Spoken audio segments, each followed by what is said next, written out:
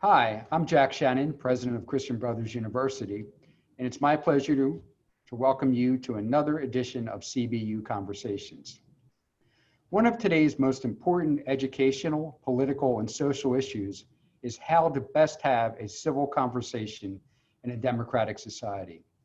Our past, our present, and most importantly, perhaps, our future as a nation all depend on this essential process. As citizens, if we are to sustain the democracy that's been entrusted to us, we need to find more and better ways to gather, to listen to each other, discuss and debate an issue, make up our minds, and then determine a course of action that ultimately unites rather than divides us. To discuss that urgent need for greater civil discourse, both on our campus and beyond, I am pleased to be joined today by my Lasallian colleague from the Rosa Deal College of the Arts, Dr. Jeff Gross. Dr. Gross, welcome. Thank you, President Shannon, for having me.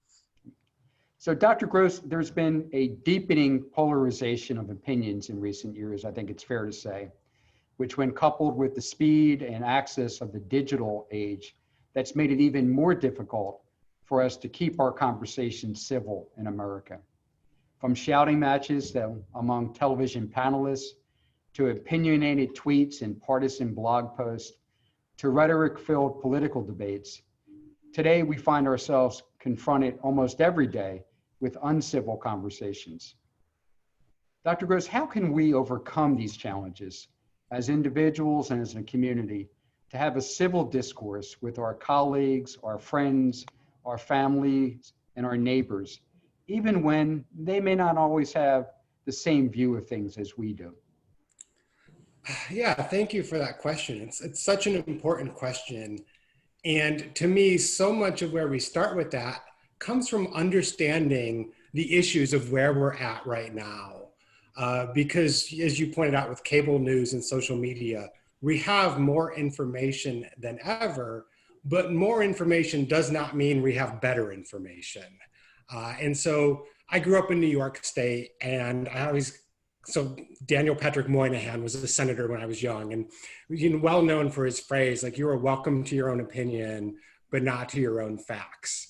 And even with Moynihan, sometimes his opinion shaped his facts, if you think about his 1965 report and some of the unintentional harm it caused when he was looking at the issue for African-American families. But we do, I think, have to get back to what are facts and what is at stake in these conversations so we understand why we're having them. Social media is, it's harmful. And it took me a long time, I think, to realize that. And I know not everyone will agree, but about 22% of adults in the United States are on Twitter, according to the Pew Center in 2019. And of them, about 10% create 80% of the activity.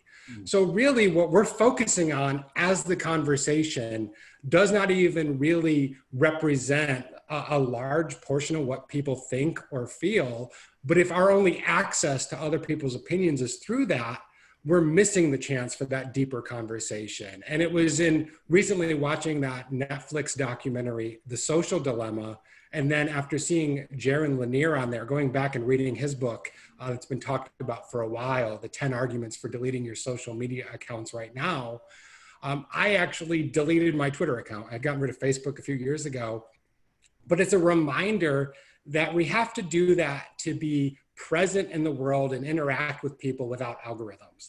Now, there's certain topics of discussion that I don't think we have to be civil toward. If someone can't say, I denounce white supremacism, or is pushing conspiracy theories, we can say, like, that's not an opinion I can really interact with. But beyond that, it's about like really having conversation, which is access to people. And that comes from getting in the community and then reflecting on what we've learned from those experiences, and then coming back to those conversations, willing to change, willing to hear. And as a literature professor, I'm reminded of two pieces by the Booker Prize winning author, George Saunders. In 2016, he was on the campaign trail, writing for the New Yorker. And at the end of that essay, he says something along the lines of like, I never thought that this country could be so fragile it could fail in my lifetime. And then I think his last sentence was, but I imagine it that way now, which is this very sort of pessimistic view of the future. But then his 2017 novel, Lincoln and the Bardo, really shows what happens when we stop speaking at each other and actually start listening. Because I'm always, whenever I've taught that novel, I think like the way it's written in short sentences, it's almost like reading tweets, but there's a moment when the characters start hearing each other, and through empathy, they find that common movement forward. And I feel like that's what we're lacking right now is empathy is so often missing from our discourse. Understanding someone's context, their positioning, and that there are more than two positions. And often it's that third way or that fourth way or that fifth way that's possible that can move us forward as a society. So that's a very important point.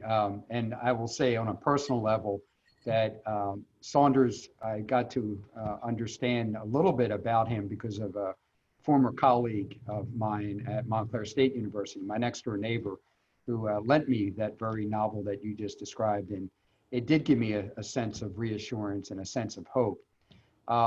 But that was in 2017, and now we sit in 2020. And I must confess that there are some days when I think all of us are feeling a little bit less hopeful, particularly given that some have said that our country hasn't been this deeply divided, Dr. Gross, since the Civil War. Now, you're a faculty member here at CBU, and you've taught courses focused on American literature both before and after 1875, the end of the Civil War. So you have a particularly informed perspective of that troubled period in our nation's history. Dr. Gross, what lessons or insights about participatory democracy and civil discourse might we draw upon today from such authors as Herman Melville, Walt Whitman, or Frederick Douglass, in your opinion?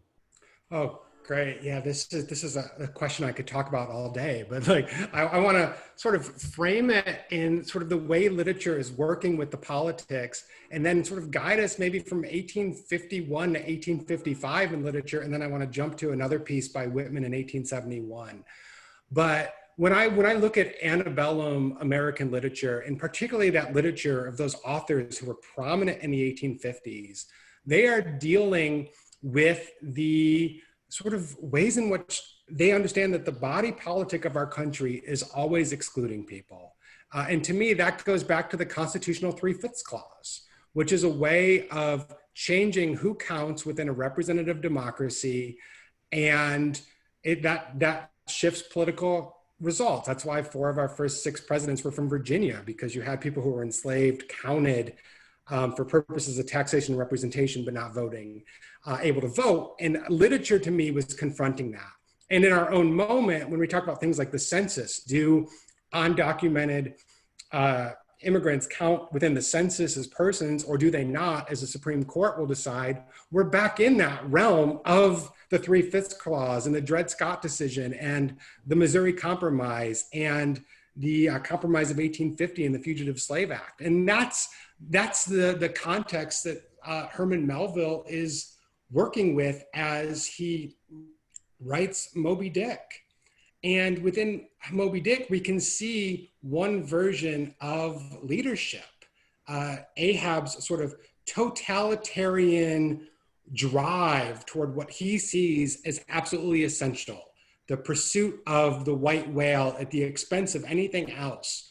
And it's such a key moment is the quarterdeck scene in that novel, when Ahab calls the entire crew of the Pequod forth and starts off with some very basic questions about whaling, and then shares, here is why we are here. Here's what we're going to do.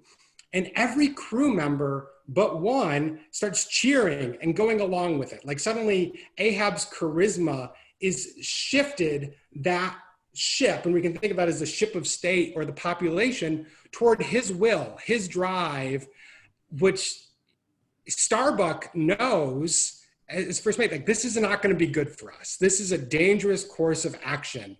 And he tries to resist, but he's overwhelmed by the support Ahab draws from the crowd. And I think at the end of that scene, Starbuck quietly says something along the lines of like, God keep me, God keep us all, I think is what he says, because he knows, okay, we are in danger here. And a few chapters later, Ishmael is thinking like, I was one of that crew. I shouted with the rest of them. I took on that oath too.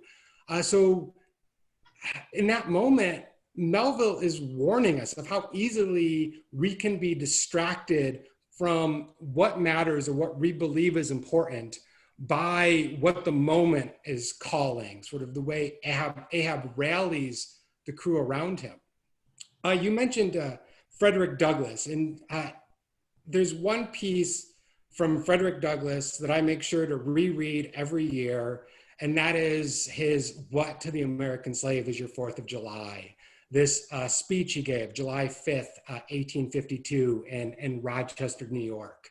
And Douglass is aware of the political rhetoric of the nation, this talk of democracy, of liberty, of freedom, of the celebration of the Declaration of Independence. And he has the courage to stand there and say, like, you know what this is to us, or to the enslaved? It is a sham. He refers to the bombast of it, the fraud, the deception, the impiety and hypocrisy. And so he needs to like speak back to that power to call out those contradictions in the nation.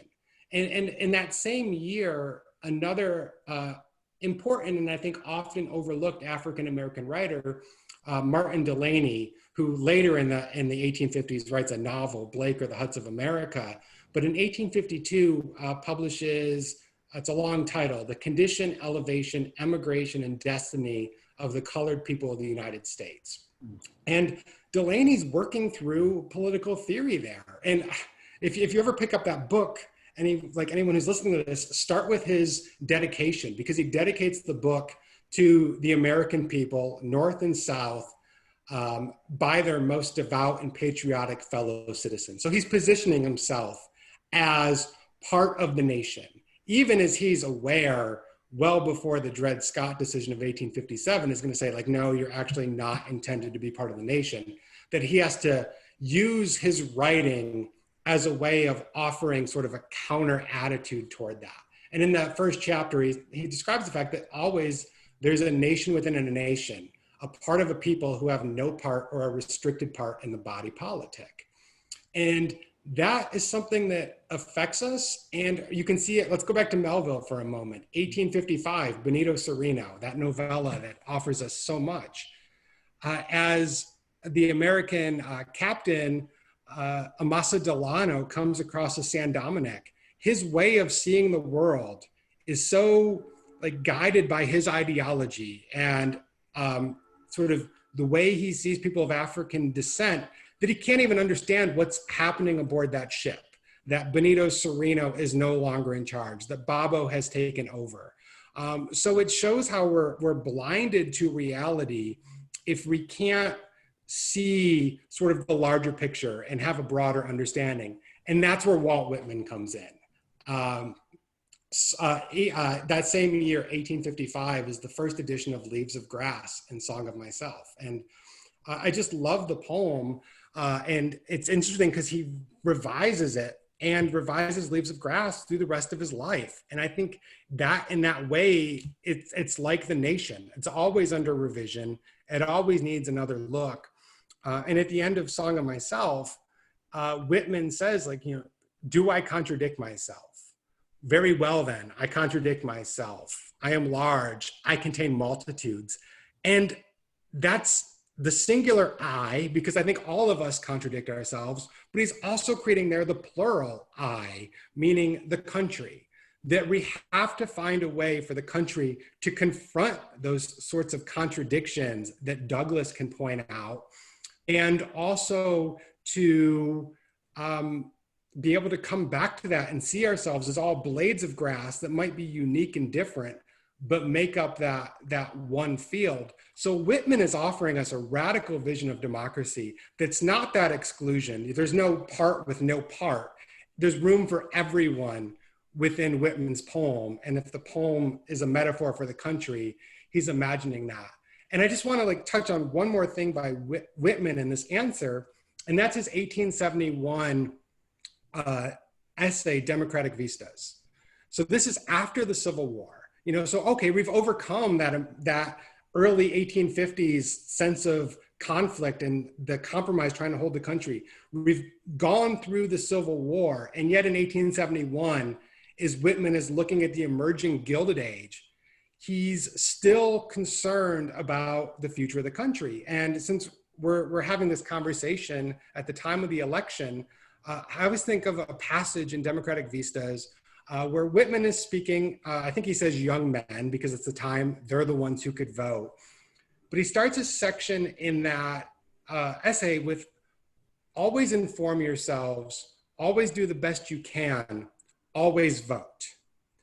And then what is remarkable is he goes on to explain, but disengage yourself from political parties. So he's proposing sort of this model of civil engagement that is based on like, let's think about what's right and do that, and not say, do what the party tells us to do. And in that same paragraph, he says something along the lines of, because if America is capable of ruin, it will come from within, not without. So it's like, there he is, the same place George Saunders is landing in that 2016 New Yorker essay. And I think that same place a lot of us are now of, okay, like, am I going to be guided by ideology, or am I going to be guided by what I know is right? Mm-hmm. That's a very important point I think we're all struggling with right now. And, in the midst of a COVID environment, which is untethered ourselves from each other. And I think for some of us, we don't quite have the same moorings as we did before this spring when COVID first descended upon here in Memphis, and now as part of a global pandemic. So one thing we've learned this year, 2020, it's been an interesting one, and I use that word advisedly, but it's also been a very stark reminder that we cannot predict what will happen in the days ahead. As a LaSallian community here at CBU, though, I know you would agree, Dr. Gross, that we are deeply committed to respecting each other, especially those who may be marginalized by our larger society. And as someone who is a native of Camden, New Jersey, and for whom a large part of my life has been centered around the image and literature of Walt Whitman, he was one of those that was marginalized. He was someone that, because of his marginalization in some respects, was able to offer that perspective that you just shared on our larger society. As a teacher here at CBU, Dr. Gross, how do you create space for diverse viewpoints for your students, and then encourage their active listening and consideration of multiple perspectives from others? Yeah, I mean, that is what we do, right? That's why for those of us who teach or choose to work at a university as we do, like, that's what this is about, because I know I do this from the belief that at a university, we have the possibility of creating and acting and modeling a better type of community, a better society. And yeah, this moment's incredibly tense with the ongoing pandemic, with the election. There's a lot of things that could happen that could draw into question our sort of faith in the nation, our confidence in the country and the Constitution. And yet within the classroom, we have the chance to make sure that that future can be different. And for me, it always comes from always putting critical thinking and critical literacies first. And to me, like, I think that's where we can start to get out of this like political polarization, but that comes from a sense of knowledge, so it's like wearing a mask to protect yourself and others from COVID-19 is not a political issue. Climate change is not a political issue. I recently caught something on the news that said, support for Black Lives Matter has declined from such and such percent to such and such percent since July. It's like, that's not a political issue, right? It's not like what's popular or what's not popular. So we have to like get people, it almost goes back to where I started this conversation with Moynihan. Like, what are the facts? If we understand the facts about coronavirus, what do we do about that? If we understand the facts about climate change, what do we do about that? And the classroom is a great space to use research and knowledge as the foundation for how we approach these issues. And I always like to set up assignments and conversations where it's like, all right, you might have your belief, but let's start from a place of doing research, testing your belief, being open to change, and then let's join the discussion. And even it's really, I think, simple sometimes, but just asking people to consider a third perspective. So we're not like stuck in binary thinking. All right, so you brought up this as an option, you brought up this, but what else? Like now give me a third option. And as soon as you start doing that in a class, then there's like a coming together rather than an encampment of positions. And to me, like that's one thing I really value as a literature professor, because it gives us a place to encounter and discuss multiple perspectives, contexts, where we can listen or to the voices in the literature, but go beyond listening. And that comes back to the question of empathy, really trying to understand someone else and using what we do in the classroom then as a way to approach the world outside it. When I remember my college new student orientation in 1998 at Canisius College in Buffalo, New York. We were given t-shirts that had this sort of oft quoted, or this often quoted bit from John Dewey, which I actually think is a misquote, sort of parceled together from two things he said, but it's that idea that education isn't preparation for life, it's life itself. And what Dewey was talking about was education is life, or it's a social idea. And I referred to my undergraduate school, which is a Jesuit school, but I think as LaSallians, even more so, we have that record of really focusing on marginalized populations. And so how do we do that? We think about projects that have real stakes in the classroom. So using that knowledge from the classroom as a way of approaching the outside community, having access to people, offering something to the community, learning from the community, bringing that back. And I'm always just amazed by what our colleagues at CBU are able to do in this regard. I know Dr. Leslie Maccabee was a previous guest on Conversations with CBU, discussing our approach to community engaged learning. I see my colleagues who teach literature using literature as a way, Dr. Kevin Schiavonik's course on, I think it's on Renaissance literature and food justice, partnering with the Church Health Center. My colleague, Dr. Juliette Paul's course on Jane Austen and the Civic Commons, where they're working with the Fourth Bluff Project downtown here and with the Memphis Public Library. That's the opportunity we have, because now we're using what we learn, what we read to guide us in conversation. So there's no breakdown from what's in the classroom and what is part of society, but it's that push into education being life itself, to go back to that Dewey idea. Or what I always think is if on a university campus, which is a small society in its own right, if we can't have a discourse that's respectful and that's based on listening, and if we can't imagine on our own scale a more just society, then I worry we have very little chance outside the university. So practicing it and enacting it in courses, to me, is the best thing we can do, and what the moment demands of us. You've made a number of really important and valuable points, and from my own personal perspective, I'm taking hope and optimism out of our conversation today. Unlike yourself, I haven't been able to disentangle myself from social media, even though I know the perils of Facebook and Twitter.